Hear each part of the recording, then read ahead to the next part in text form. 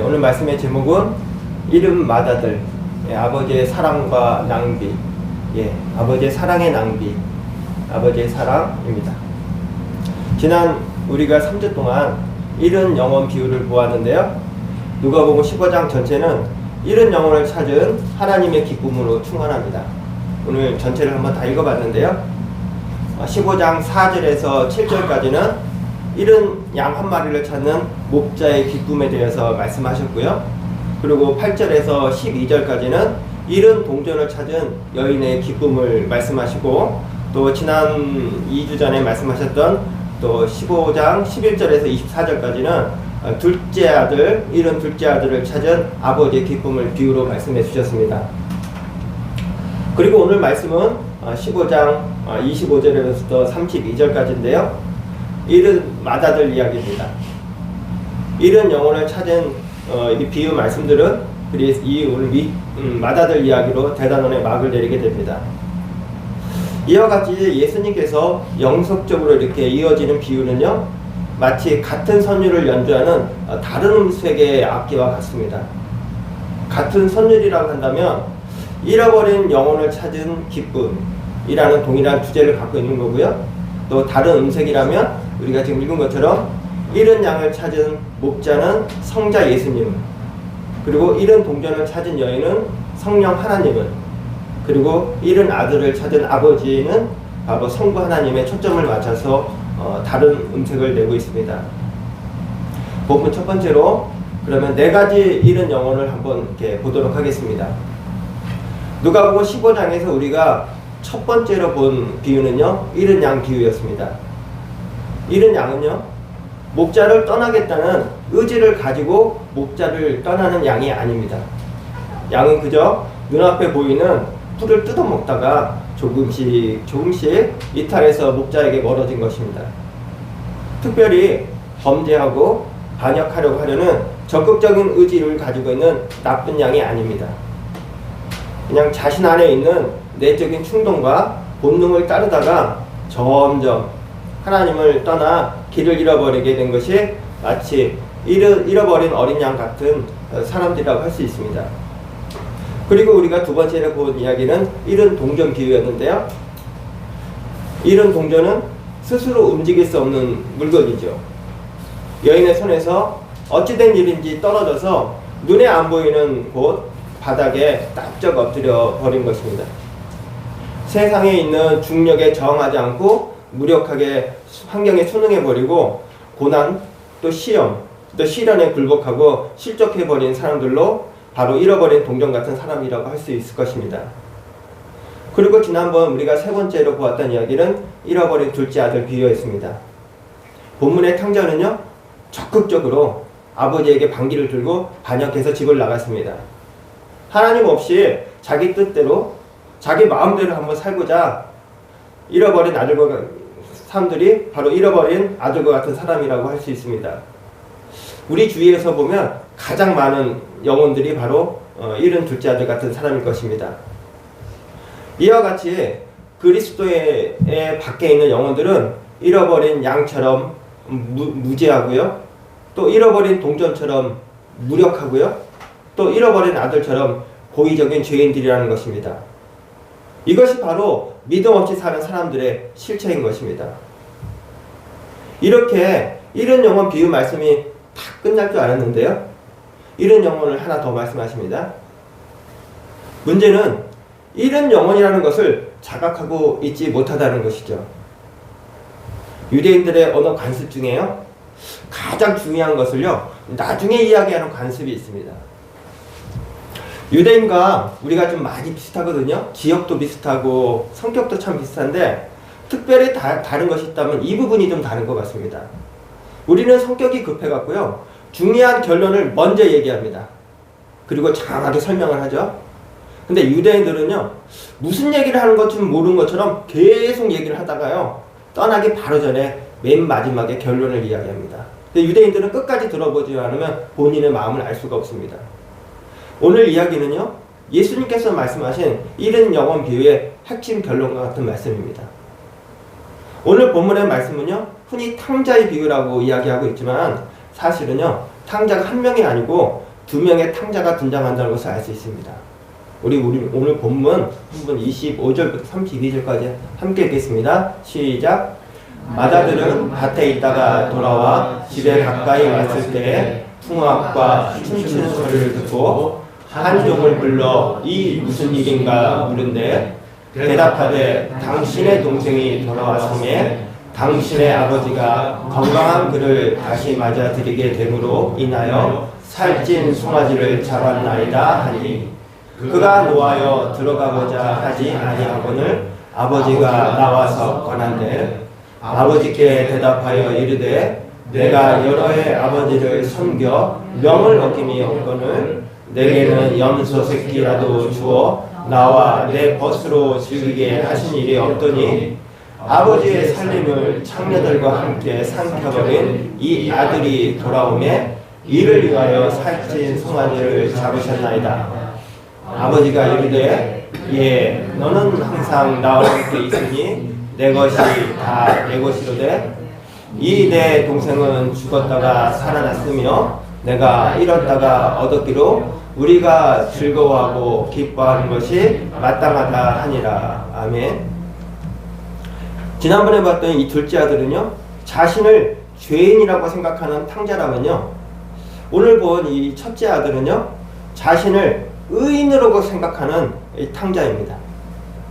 이 두 명의 형제들은요 각각 하나님을 떠난 인간들의 서로 다른 두 가지 삶의 방식들을 대표하는 존재라고 보여집니다. 둘째 아들은요 자기 죄 때문에 하나님을 떠난 인간을 상징한다면 오늘 본 이 맏아들은요 자기의 의 때문에 하나님을 떠난 인간을 상징한다고 할 수 있습니다. 그리고 오늘 비유를 우리가 읽을 때 두 명의 탕자 이야기로만 끝나는 것도 아닙니다. 맨 마지막에 두 절은요 아버지 이야기로 마감 짓습니다. 바로 결론이죠. 한 걸음 더 나아가서 궁극적으로는 아버지의 사랑 이야기다 라는 것을 깨달아야 하는 것입니다. 바로 아버지의 낭비하는 사랑 이야기라는 것입니다. 우리는 이런 영어 비유 말씀의 진정한 의미를 이렇게 아버지의 사랑으로서 깨달을 수 있는 것입니다. 우리 한번 따라해볼까요? 이런 영어 비유 말씀은 낭비하시는 아버지의 사랑 이야기다. 아멘. 이런 아들 비유에 등장하는 우리 아버지는요 자신의 대장을 탕진하고 돌아온 아들을 위해서 가장 좋은 옷과 또 가락지, 새 신을 입혀주고 살찐 송아지를 잡아 큰 잔치를 베풀었습니다. 아버지는 자식에 대해서 극도로 사랑을 하는 그리고 그 사랑을 낭비하시는 아버지로 볼 수 있습니다. 오늘 비유에 나오는 이 아버지는 바로 측량 불가능하고 비교 불가능한 하나님의 사랑을 상징적으로 나타내는 것입니다. 오늘도 이 비교 불가능하고 측정 불가능한 하늘 아버지의 사랑을 말씀을 통하여 깨닫고 또 경험할 시간 되시기를 예수님을 축복합니다. 아멘. 본문 두 번째로 본문에 나오는 큰아들은 도대체 어떤 사람인가요? 큰아들 아침부터 저녁까지 아버지를 도와서 열심히 일합니다. 그리고 아버지 곁에서 늘 기쁘게 해드리려고 노력하는 착한 아들입니다. 이런 모습으로 형의 삶을 예상해 보면요 아마도 도덕적이고 반듯하고요 또 성실해서 이웃들에게도 칭찬받는 형이었을 것입니다.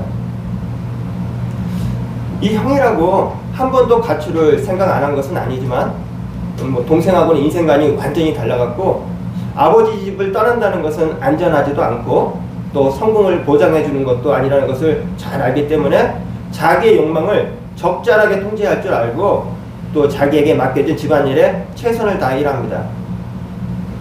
이렇게 형의 삶과 또 생각 자체가 완전히 다른 동생이 어느 날 집을 나간 후에 고생을 한다는 소식이 가끔 들리긴 했지만 그거는 동생의 일이고 동생의 인생이고 내 인생은 나의 인생이다 라고 성실하게 살아왔습니다. 그렇게 살던 어느 날 형이 밭일을 마치고 집에 돌아와 보니까 평소에 들리지 않던 풍악소리와 함께 사람들이 즐겁게 웃는 소리가 들린 것입니다. 그래서 종을 불러서 이게 어찌 된 일이냐고 묻습니다. 종이 대답하는데요 우리 27절입니다 27절 한 절 읽어볼까요? 시작. 대답하되 당신의 동생이 돌아왔으며 당신의 아버지가 영광 그를 다시 맞아들이게 되므로 살찐 소망을 잡아가리라. 아니, 아멘. 동생이 돌아왔다는 것까지는 알겠는데요. 지금까지 한 번도 집에서 들리지 않았던 풍악 소리와 함께 잔치가 열렸다는 이야기를 듣자 그동안 이 형 안에 눌려있던 많은 복합된 감정들이 한꺼번에 팍 튀어 올라옵니다. 28절 한 번 더 읽어볼까요? 시작. 그가 노하여 들어가고자 하지 아니하거늘 아버지가 나와서 그란데. 바로 아버지한테 노했네요. 그 효자가요. 어쩌면 아버지한테 노한 게 아니고 자기 인생에 대한 측은한 마음이 들어서 노했는지도 모르겠습니다. 우리 예수님 이 맏아들의 영적인 상태를요 슬쩍 한번 보여주고 가시는데요. 몸은 아버지 품에 있었지만 마음은 아버지로부터 멀어져 있는 맏아들 동안 잃은 영혼이라고 말씀하신 것입니다. 불평과 불만이 가득한 맏아들에게 우리 아버지 나와서 권한대 라고 이야기합니다. 즉 권하였다고 말한 건데요. 이는 단순히 아버지가 집 안에 들어가서 네 동생 왔다 빨리 안 들어오고 뭐하니? 라고 야단치는 말이 아니고요. 아버지가 적극적으로 나가서 집 밖으로 나가서 맏아들의 팔짱을 끼고 같이 들어가자고 권한 것입니다. 이 장면 지난번 우리 작은 아들이 돌아왔을 때 달려가 목을 안고 끊어놨던 아버지 모습하고 똑같지 않습니까? 우리 아버지 집 나갔던 작은 아들이나 집 안에 있는 큰 아들이나 동일하게 사랑하고 계신다는 것을 보여주고 계신 것입니다. 이런 아버지의 행동에 맏아들 그동안 가슴속에 묻어놨던 이야기를 꺼내놓습니다. 29절 30절인데 함께 읽겠습니다. 시작. 아버지께 대답하여 이르되 내가 여러 해 아버지를 섬겨 명을 어금이 없거늘 내게는 염소 새끼라도 주어 나와 내 것으로 즐기게 하신 일이 없더니 아버지의 살림을 창녀들과 함께 삼켜버린 이 아들이 돌아오매 이를 위하여 살찐 송아지를 잡으셨나이다. 아멘. 아니 친구랑 놀 수 있게 성실하게 일한 나에게는 염소 새끼도 한 마리 안 주시더니 아니 아버지 재산을 탕진하고 돌아온 동생에게는 살찐 송아지를 잡더니 이게 좀 말이 됩니까? 속상한 마음을 아마도 이 형 난생 처음으로 아버지한테 표현한 것 같습니다. 혹시 이 첫째 아들이 옹졸하고 소심한 행동을 하고 있다고 보여집니까? 저는 전혀 그렇게 보이지 않는데요. 여기에 나온 첫째 아들은요, 우리가 그동안 보았던 바리새인이나 서사두개파 이런 사람들처럼 피도 눈물도 없는 사람이 아닙니다. 이 사람은요, 바로 아버지 지배에 대해서 열정이 있는 사람들입니다. 하나님의 일에 자신의 삶의 일부 혹은 전부를 드리는 사람들이죠. 그리고 할 수 있는 한 최선을 다해서 하나님을 섬기려고 노력하는 사람들입니다. 오늘날로 보면요, 신실한 기독교인이죠. 손해를 보고 힘들어도 주일 성수는 꼭 하고요, 힘 닿는 대로 최선을 다해 교회를 섬기고 믿지 않는 이웃들에게 복음도 전합니다. 또 개인적으로 말씀 묵상과 기도 생활도 하고 있는 신앙인이죠. 죄를 짓지 않으려고요 무진장 애를 쓰기는 쓰는데 연약함 때문에 죄를 지었을 때는 회개하고 주님 앞에 나와서 용서를 구하는 성도입니다. 이런 분들은요, 신앙을 절대 거저먹는 것 생각하지 않습니다. 눈물을 흘리며 씨를 뿌리면 기쁨으로 거두리라는 이 말씀을 믿고 최선을 다해서 신앙생활을 하죠.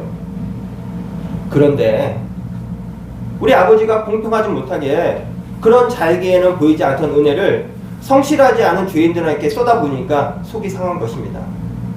아니 사실 누구라고 힘들고 고단한 삶이 아니겠습니까? 그런데도 믿음을 지키려고 노력한 사람들에게는 불국해 보이지 않을까요? 저는 큰아들의 불평이요 충분히 이해가 됩니다. 그리고 공감이 됩니다. 아니 누구는 큰아들처럼 맨날 아버지 도와서 고생만 하라고 부름받았고, 누구는 실컷 죄를 지어도 은혜 받았다고 돌아와서 회개하면 내가 노력한 것보다 더 많이 누리면서 행복해하는 모습 보면 말은 안 해도 속상한 것은 당연한 것입니다. 우리 아버지 이것을 너무나 잘 알고 계십니다. 그래서 맏아들을 존중하면서 한 말씀 하시는데요, 우리 31절 읽어볼까요? 시작. 아버지가 이르되 예 너는 항상 나와 함께 있으니 내 것이 다 내 것이로되. 아멘. 여기서 나오는 예라는 말은요, 헬라어로 테크논이라는 말인데요, 애정을 담아서 부를 때 쓰는 말입니다. 영어 성경 느낌이 조금 좋은 것 같더라고요. 영어 성경에 보니까 my son 이렇게 나와 있었습니다. 애정 어린 말투로 예, 내 아들아 이렇게 부르는 것입니다. 불평하는 마다들에게 전혀 나무라지 않으시고요, 사랑하는 내 아들아, 너는 항상 나와 함께 있으니 내가 가진 모든 것이 다 내 것이다 라고 말씀하신 것입니다. 아버지는 전혀 아니 네 동생 살아왔는데 이것도 이해 못하니? 라고 하거나 너는 동생처럼 죄지을 용기가 없는 거잖아, 너도 네 동생처럼 아버지 마음 못 알아주는 건 똑같네? 라고 아픈데 찌르지도 않으셨습니다. 오히려 사랑하는 내 아들아, 딸아, 너는 항상 나와 함께 있었다. 너는 힘들어도 내색하지 않았고 내 동작을 묵묵히 지켰고 고되어도 포기하지 않았다. 내 옆에 늘 함께 해주었다. 너는 나에게 정말 큰 힘이 되었단다. 내가 너를 정말 사랑하고 기쁘게 생각한다 라고 말씀하신 것입니다. 이 마음이 바로 하늘 아버지의 마음이십니다. 집 나간 자식 생각하는 마음이나 집 지키고 있는, 자기 함께하고 있는 자식 대하는 마음이나 하나님의 마음은 항상 똑같습니다. 그런 한량없으신 하나님의 품 안에서 평안을 얻으시는 저와 우리 영양의 성도님 되시기를 예수님 축복합니다. 아멘. 마지막 본문 세 번째로 하나님에 대한 오해에 대해서 한번 보려고 합니다. 이 마다들이요, 열심히 아버지를 섬기면서 그런데 아버지에 대한 오해한 부분이 하나가 있네요. 우리 29절 한번 읽어볼까요? 시작. 아버지께 대답하여 이르되 내가 여러 해 아버지를 섬겨 명을 어김이 없거늘 내게는 염소새끼라도 주어 나와 내 것으로 즐기게 하신 일이 없더니. 아멘. 아버지를 섬겼다고 그러는데요, 여기 또 이제 섬겼다는 말이 헬라어 성경에는 둘레오라고 하는데요, 둘로스라는 말에서 파생된 말입니다. 둘로스 좀 들어보셨죠? 둘로스는 종입니다. 종. 예. 작은 아들은요, 둘째 아들은 먼 나라에서 이방인의 종살이 했고요, 큰 아들은 집에서요 아들 노릇을 한 게 아니고 종 노릇을 했네요. 자기가 종이라고 합니다. 지금 큰 아들은요 아버지를요 아들로서 인격적으로 만나지 못하고 종으로 섬겼습니다. 큰 아들은 아버지 품에서 아버지로 만난 것이 아니고요 주인으로 섬긴 겁니다. 자기는 아들인데 어찌된 일인지 아버지와 인격 대 인격으로 사귀고 교제하지 못한 것입니다. 아니, 속상하면 터놓고 이야기도 할 수 있을 텐데 왜 그런지 그는 힘들면 힘들다고 어리광도 부리지 않았고 아버지한테 도와달라고 이야기할 수 있을 것 같은데 그런 이야기를 전혀 해본 적이 없습니다. 마다들은 아버지를 아버지로 대하지 않고 종이 주인을 대하듯 했던 것입니다. 누가 시켜서 그런 것도 아니고요, 스스로 자신을 아들에서 노예로 격화시키고 스스로 힘든 삶을 선택한 것입니다. 일하다가 잘못하면 야단 맞을 텐데 이 걱정하면서 늘 두려워하면서 종으로의 삶을 살았던 것입니다. 그러나 아들로서의 소유권을 누리고 살 수 없어서 그래서 불행했던 것입니다. 우리 예수님 누가복음 15장에서 잃은 영혼 비유를 4가지나 말씀해 주시면서 말씀의 핵심이 이 마지막 말씀 잃은 마다들에게 있다고 지금 말씀하고 계신 건데요, 사람들은요 내가 무언가를 했을 때 그리고 무언가를 했는가 그 결과물로 사실 나를 판단합니다. 그리고 평가하죠. 우리 하나님 전혀 그런 건 아니십니다. 31절 한번 읽어볼까요? 시작. 아버지가 이르되 예 너는 항상 나와 함께 있으니 내 것이 다 내 것이로되. 아멘. 이 말씀은요 내가 가지고 있는 모든 것이 다 너의 소유라고 말씀하신 것입니다. 네가 열심히 일해서 주는 것도 아니고요, 둘째 아들이 없을 때 청지기처럼 잘 관리하기 때문에 준다는 뜻도 아닙니다. 네가 바로 나와 함께 있기 때문이라는 것입니다. 다시 말씀드려서 너의 존재 자체, 네가 내 아들이라는 그 이유 하나 때문에 아버지가 가지고 있는 모든 것이 다 내 것이라고 말씀하신 것입니다. 이 복음 중에 핵심 복음을 믿으시고 또 누리실 수 있는 영양교회 성도님 다 되시기를 예수님 축복합니다. 아멘. 나가는 말씀입니다. 오늘 성경에는 나와 있지 않은데요. 저는 이후에 둘째 아들과 맏아들은 어떻게 되었을까라는 상상을 한번 해봅니다. 앞으로 둘째 아들은요, 집 나갔다 돌아왔기 때문에 이제부터 농장에서 자기를 다스리는 법을 배워야 할 것입니다. 이는 이제 형처럼 율법과 계명의 울타리 안에서 겸손히 머무는 법을 배워야 한다는 것입니다. 그리고 우리 맏아들 이미 율법과 계명을 이미 배웠습니다. 맏아들 또한 배워야 하는 중요한 부분이 하나 있는데요. 바로 자신이 얼마나 아버지의 사랑을 받고 있는 아들인지 깨닫고 감사하는 것을 배워야 한다는 것입니다. 신약의 사도 바울 선생님도 예수님을 극적으로 만난 후에 그때의 삶도 마찬가지였습니다. 우리 갈라디아서 1장 17절에 19절, 2장 1절 한번 읽어볼까요? 시작. 나보다 먼저 사도된 자들을 만나려고 예루살렘으로 가지 아니하고 아라비아로 갔다가 다시 다메섹으로 돌아갔노라. 그 3년 만에 내가 게바를 방문하려고 예루살렘에 올라가서 그와 함께 15일을 머무는 동안 주의 형제 야고보 외에 다른 사도들을 보지 못하였노라. 되돌겠습니다. 14년 후에 내가 바나바와 함께 디도를 데리고 다른 예루살렘으로 올라갔더니, 사도 바울 선생님도요, 다메섹 도상에서 극적으로 예수님을 만나고 나서 아라비아에서 3년, 아라비아에서 바로 사역을 한 게 아니고요, 아라비아에서 3년 기도와 묵상, 성경 공부의 시간을 가졌습니다. 또한 그 이후에도요, 10년 이상을요, 복음을 전하는 훈련을 받았습니다. 이는 우리가 예수님을 만나고 하나님의 사랑을 깨달았다고 끝나는 것이 아니라요, 그 이유가 더 중요하다는 말씀을 하는 것입니다.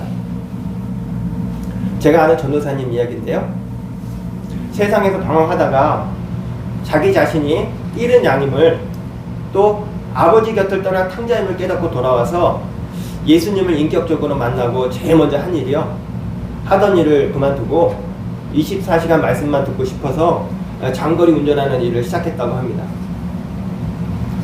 이분 이전에는요, 바른 판단을 하기 위해서 신문을 읽어도 조선일보와 한겨레 신문을 포함해서 5개의 신문을 읽었다고 합니다.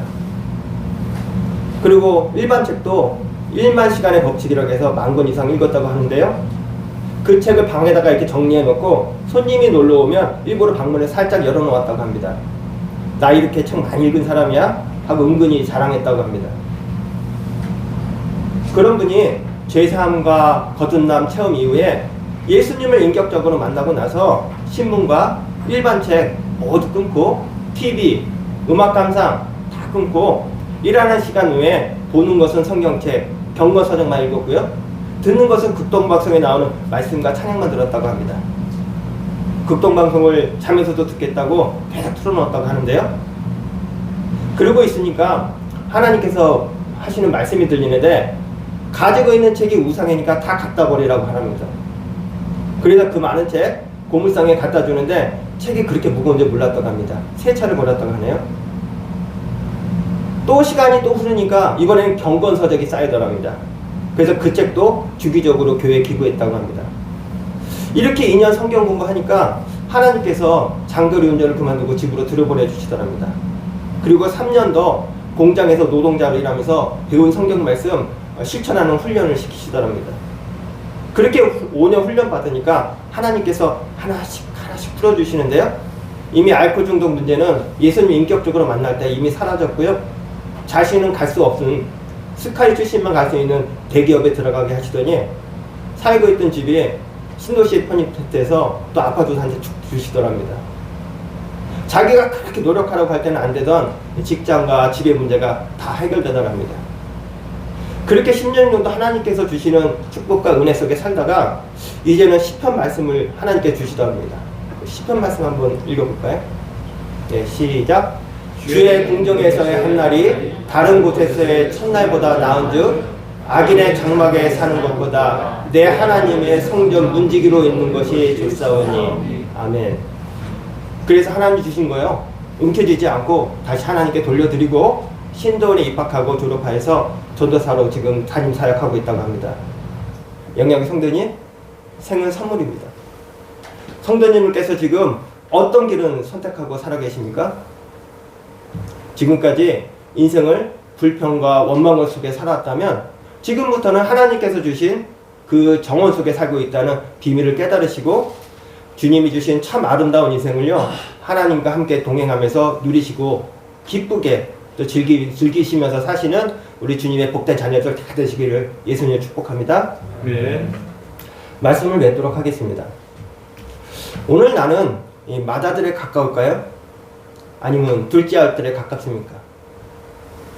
아니면 저처럼 이 두 아들의 모습이 다 공존하고 있나요? 아버지는 첫째 아들의 헌신을 기쁘게 받으셨습니다.